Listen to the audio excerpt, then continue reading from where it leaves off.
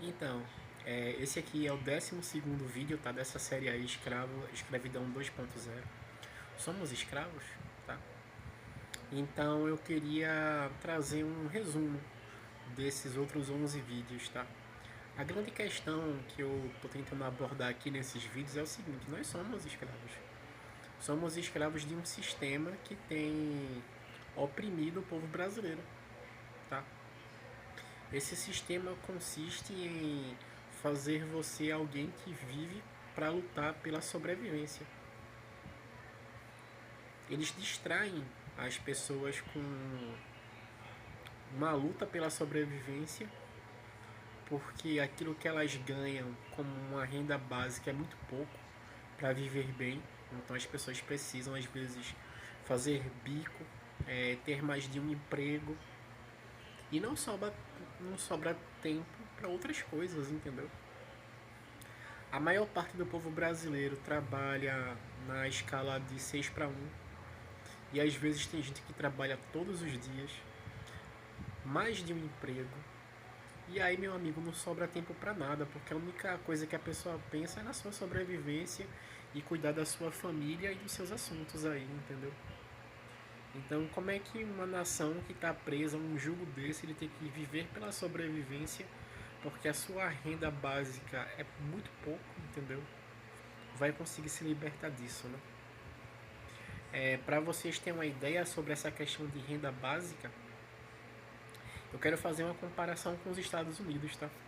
Eu dei uma lida sobre essa questão de renda básica agora para o ano de 2026 lá nos Estados Unidos e eu descobri umas coisas interessantes. Vocês sabiam que nos Estados Unidos existem três tipos de daquilo que a gente poderia considerar como um salário básico? Então, para aqueles que trabalham no regime de trabalho de escala de 40 horas semanais, tá bom? É, eles ganham. Existem três formas de ganho lá, tá certo? Em relação a essa questão de salário, como se fosse o salário mínimo, tá? A renda básica. Então existe uma renda que ela é paga pelo governo federal. Existe uma renda, as rendas locais que são pagas pelos estados. E existe também o pagamento de gorjeta. Eu vou explicar os três, tá bom? O pagamento que ele é feito pelo governo federal, ele é baseado da seguinte forma: a pessoa ganha pela hora de trabalho, como aqui no Brasil também. Só que lá eles pagam mais ou menos US$ 7, quase 7,50, quase US$ 7,50 a hora de trabalho, tá certo? Se você fizer os cálculos, tá? Isso vai dar mais ou menos uns US$ 290 por semana e isso vai dar mais ou menos US$ 1.300 no final do mês, tá bom? Para quem ganha essa renda aí que é baseada no governo federal. Só que os estados lá também, em alguns lugares, eles têm rendas que é, é local, entendeu? Então tem estados, por exemplo, que pagam US$ 13 a hora de trabalho, outros pagam US$ 15, US$ 17, tem até lugar que paga US$ 20 por hora de trabalho, entendeu? Então as pessoas ganham mais, entendeu? E também tem a renda por gorjeta. A renda por gorjeta é o seguinte, como um garçom. Ele trabalha ali, ele serve os pedidos dos clientes, os clientes dão uma gorjeta ali para o garçom e no final do mês aquilo que falta para completar a renda que seria básica para o garçom, o patrão dele vai lá e completa, entendeu? Só que também nos Estados Unidos tem alguns problemas em relação a essa questão da gorjeta, né? Porque às vezes isso acaba gerando briga, né, e confusão, porque às vezes o cara não quer pagar, né? O restante do dinheiro fica faltando lá pro garçom, né? Tem esses problemas também lá, tá certo? Então tem esses três tipos de renda, tá bom? Então a renda básica lá que o governo federal paga seria US$ 7 a hora de trabalho. Isso vai dar mais ou menos US$ 1.300 no final do mês. Aí se você fizer aquele lance da conversão, passar aqui para o real, o dólar hoje está mais ou menos, deve estar R$ 5, um pouco mais de R$ 5. Isso vai dar mais ou menos uns R$ 6.000, tá certo? Então, observe só.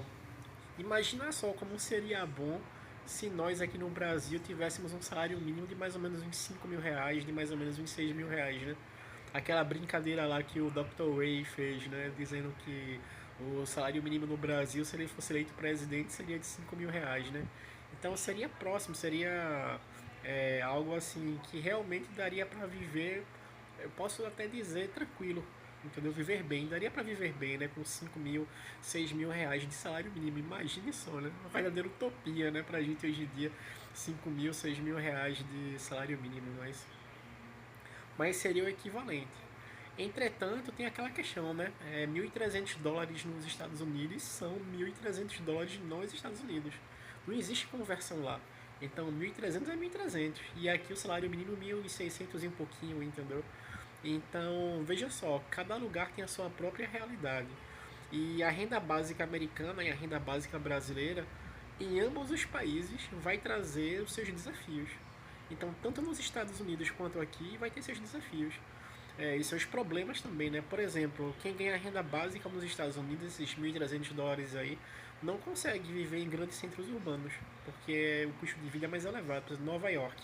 Quem ganha 1.300 dólares por mês não vai conseguir viver em Nova York, entendeu? Não vai conseguir viver em lugares como Califórnia, Flórida, entendeu? Porque o custo de vida é muito alto, entendeu? Eles não conseguem. Tanto que tem pessoas nos Estados Unidos, eu li um pouco a respeito, que para viver com um salário mínimo e viver de aluguel, eles acabam dividindo o apartamento com outras pessoas, com duas, três pessoas, para o custo poder baixar, entendeu? E cada um pagar uma porção e eles poderem pagar o valor total do aluguel. Então eles dividem apartamento para poder viver ali, entendeu? Para você ver, né, que apesar de ser Estados Unidos, lá também tem seus desafios, né? E os desafios aqui do povo brasileiro com o salário mínimo que o governo está pagando aí, a gente sabe quais são esses desafios, não é mesmo? Então, todos os lugares que tem a sua renda básica vão ter seus desafios, tá bom? Então, tem lugares que vai ser um custo de vida menor e tem lugares que vai ser um custo de vida maior. Por exemplo, eu sou morador de Recife, do bairro do Ipsep. O custo de vida no Ipsep, com certeza, ele é inferior ao custo de vida em Boa Viagem. A vida, os produtos lá em Boa Viagem são muito mais caros do que aqui no bairro do Ipsep, entendeu? E são bairros assim, vizinhos. Boa Viagem é um bairro muito próximo da praia, né? Tem a Avenida Navegantes ali, que é colada com a praia, é beira-mar praticamente. E o Ipsep ele fica pertinho de Boa Viagem, entendeu? Mas assim, é uma diferença muito grande, entendeu? No custo de vida. Aqui do lado do bairro do Ipsep, você tem o bairro do Ibura. No Ibura, o custo de vida também é bem mais baixo do que no Ipsep. No Ipsep é mais elevado do que no Ibura e Boa Viagem é muito mais elevado do que no Ipsep. Entendeu? Então, em qualquer lugar vai ter seus desafios, né? Então, por exemplo, aqui no Brasil a gente tem esse salário mínimo de 1.600 e um pouquinho, mas acontece que, por exemplo, saúde a gente tem de graça, entendeu? A saúde do Brasil é precária, eles negligenciam muito a questão da saúde, como eu falei nos vídeos anteriores, em questão de UPAs e hospitais, né? Mas nós ainda aqui temos o SUS, tá? E a história do SUS se resume naquela frase: é ruim com ele, pior sem ele. O SUS pelo menos ajuda de vez em quando, entendeu? E lá nos Estados Unidos, para você poder se tratar lá, você paga. Lá é pago, entendeu? Olha, eu já ouvi um brasileiro que foi morar lá e fez vida lá. Ele disse que tem brasileiro lá, tem gente que às vezes quebra um braço e prefere cuidar do braço quebrado em casa para não ter que gastar com os hospitais de lá, mesmo os hospitais públicos, você paga, entendeu? Parece que você paga parte da despesa, mas essa parte também é alta. Ele também fala no vídeo que tem gente lá nos Estados Unidos que prefere pagar passagem de avião para vir para o Brasil para fazer um tratamento dentário do que fazer tratamento dentário nos Estados Unidos porque sai muito caro, entendeu? Então, para você ver essa questão, né? Então, nós temos aqui hospitais públicos, né? Que você não paga nada, né? Tem problemas? Tem, mas você ainda não está pagando nada. E tomara que continue assim. Agora, tomara que melhore, mas isso que a gente deseja. Mas, assim, comparando as duas realidades, né? Então, a grande questão que eu quero trazer nesses vídeos é o seguinte: nós somos escravos do quê? Do que você é escravo? Nós somos escravos da preocupação pela sobrevivência. E essa preocupação pela sobrevivência, ela tira tanto o tempo da gente que não sobra tempo para outra coisa, senão lutar pela sobrevivência, porque a renda básica é ridícula, entendeu? É aquela história também, né? Ruim com ela, pior sem ela, né? É baixo, mas ajuda, né? Mas assim, é muito pouco, cara, o salário mínimo. Então você acaba vivendo dessa forma, entendeu? E se o povo brasileiro ele tivesse acesso a uma renda básica que fosse mais elevada, entendeu? Ele poderia fazer mais coisas, né? talvez daria tempo de fazer mais coisas, entendeu? Buscar mais conhecimento e tudo mais, e realmente erguer esse país aqui ao potencial que ele poderia ter, entendeu? Então nós somos escravos, o povo brasileiro, né? Nós somos escravos de um sistema que paga muito pouco, na verdade, um sistema político-econômico que paga muito pouco. E por conta disso, o povo brasileiro fica preso a essa questão de lutar pela sobrevivência, entendeu? Então nós somos escravos de uma luta pela sobrevivência porque a renda básica ela é muito pouco, entendeu? E também nós somos escravos porque o governo que está aí, ele está aí não interessado em fazer o bem para o povo, ele está interessado em dar migalhas para o povo. E o verdadeiro interesse desse governo aí é a hegemonia e é se manter no poder custe o que custar, entendeu? Esse é o interesse desses políticos atuais, tá bom? Se perpetuar no poder, manter o seu partido ali no poder o máximo que puder, entendeu? Eles estão preocupados com a hegemonia, com dominância, com poder. Eles estão, sabe, eu não quero falar essa palavra aqui, mas eles não estão nem aí pra gente, entendeu? Eles querem dar migalhas pra você, povo brasileiro, e querem continuar ali no poder, entendeu? E afastar o povo brasileiro do conhecimento político, entendeu? Para que eles não mudem esse cenário. O nosso quadro político econômico, como eu disse nos vídeos anteriores, é um teatro, entendeu? É um teatro, é um teatrinho. Então, como a gente poderia mudar isso, tá? Como mudar esse quadro de escravidão? Na minha opinião, esse é um quadro que vai levar muitas décadas para poder ser mudado, entendeu? Tem até um vídeo aí de um camarada, eu não vou citar o nome dele, tá certo? Mas ele falou num vídeo dele de décadas atrás que ele queria implementar uma revolução aqui no Brasil. E que não seria possível implementar essa revolução porque a mentalidade do povo brasileiro não permitiria. E ele tinha vontade de implementar uma revolução aos moldes da União Soviética. Só que ele disse que ele não ia conseguir fazer isso de uma hora para outra porque não dá aqui no Brasil, entendeu? Eles levariam uns 50 anos para fazer isso. E eles têm feito isso ao longo dessas décadas. Então, tipo, para mudar a história do povo brasileiro vai levar décadas. Vai levar, bota aí, talvez uns 100 anos, entendeu? Talvez gerações. Porque o povo precisa despertar. Tipo, é muita política de pão e circo aqui, sabe, cara? É muita distração, tipo, é muito conhecimento que é evitado nas escolas. Tipo, o básico tem que ser repassado nas escolas, tem que começar desde pequeno, entendeu? Tipo, as crianças têm que ser informadas, a aula de política tem que voltar, sabe? Política de um jeito neutro, sabe? Explicando cada sistema político, é, explicando política de um jeito que seja compreensível para os adolescentes, não para crianças, né, mas para pré-adolescentes, para adolescentes, né, na época de ensino médio já, entendeu? Introduzir esse tipo de assunto, né, ali, porque eles já estão próximos de entrar numa faculdade, numa universidade, não é isso? Então seria mais interessante compartilhar isso nessa época, né? Então, essa questão de política aí ser introduzida de um jeito que seja fácil de compreender, entendeu? E que aí as pessoas façam as suas escolhas, entendeu? Agora é algo que vai levar tempo, algo que vai levar tempo, entendeu? Mudar esse sistema político e econômico aqui no Brasil, cara, vai levar tempo, entendeu? Mas é algo que é possível. Então, sinceramente, eu desejo que a política no Brasil ela seja descomplicada. Eu desejo que o povo se interesse, porque política é uma ferramenta de transformação. É a ferramenta de transformação, entendeu? Então, os recursos estão ali na política. Isso não vai dar para transformar a nação, os estados, as cidades, os bairros, a partir do momento que esses recursos forem bem utilizados, entendeu? E que leis justas forem feitas, né? Então era isso que eu queria trazer como reflexão, tá? Do que é que nós somos escravos? Nós somos escravos de um sistema que nos obriga a viver, a lutar por nossa sobrevivência, porque eles pagam muito pouco. Então se eles pagassem mais, a qualidade fosse melhor, entendeu? Do que você recebe como renda básica, como salário mínimo, você poderia ter uma vida mais tranquila e você poderia ter acesso a mais coisas e realmente desenvolver o seu potencial.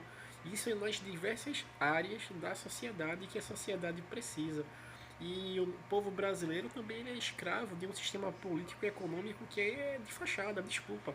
Mas isso aí é um teatro, entendeu? Então a gente, por que, que é um teatro? Porque a gente que finge que está interessada no povo e na verdade só está interessada em manter status, em manter poder, em manter hegemonia. Eles não estão lutando pelo povo, eles estão lutando pelo poder. Tá? Eles querem a hegemonia, a dominância das coisas. É uma luta pelo poder. Então nós precisamos, no governo aqui do Brasil, que é na presidência, nos estados, nas prefeituras e tantas outras autoridades que tem nessa hierarquia, né? Precisamos de homens e mulheres de bom coração. Nós precisamos de pessoas que, sabe, tem uma mente, um coração voltado em querer o bem do povo.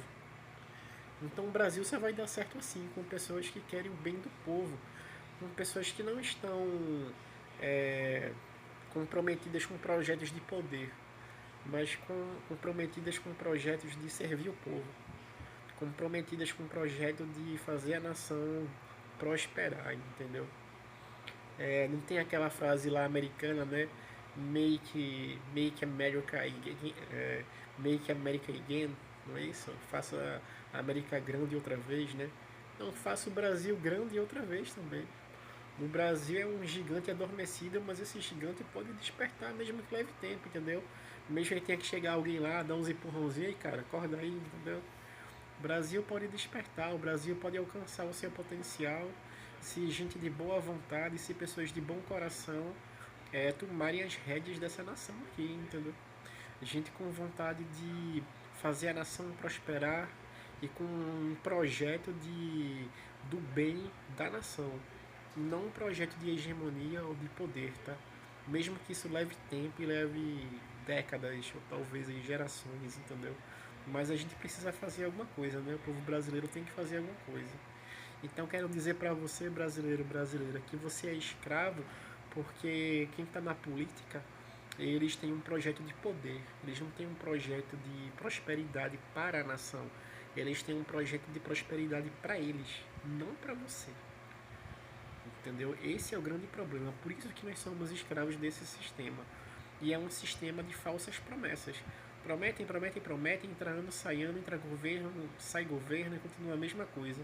Que é para iludir você com falsas promessas. Aí eles fazem uma coisinha aqui, outra ali, entendeu? Mas não fazem o todo o que eles prometeram. Então entra anos, eles sempre adiam, né? Eles fazem parte do projeto, aí outra parte não faz, e quando chega nas próximas eleições, não, mas nós vamos fazer. Mas cara, tem governo aí que teve o quê? Mais de quase 20 anos no poder já, né?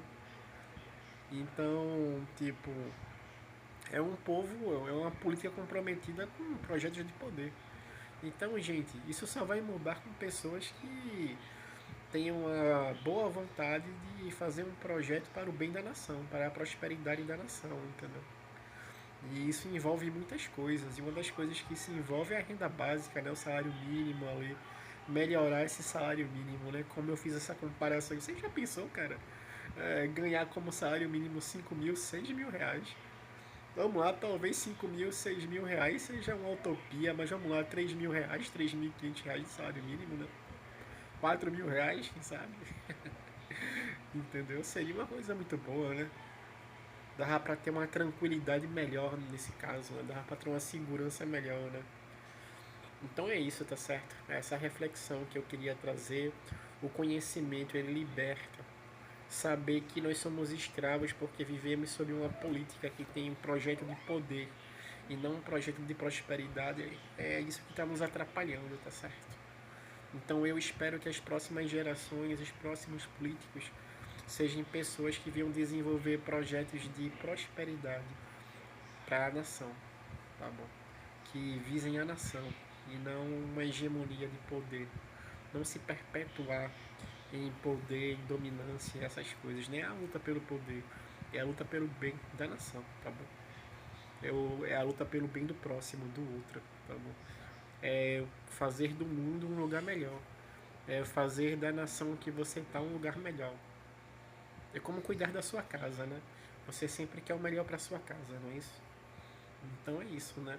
O Brasil é a casa do povo brasileiro, né? E os políticos, eles são os responsáveis, né? Então eu espero que essa situação mude, né, nos próximos tempos e nas próximas gerações, tá? Um abraço para vocês que me viram até aqui, tá bom? Bom dia, boa tarde, boa noite. Deixa o seu joinha aí, compartilha se você achar interessante e deixa um comentário também se você achar interessante, tá? Valeu, tchau, fui, abraços.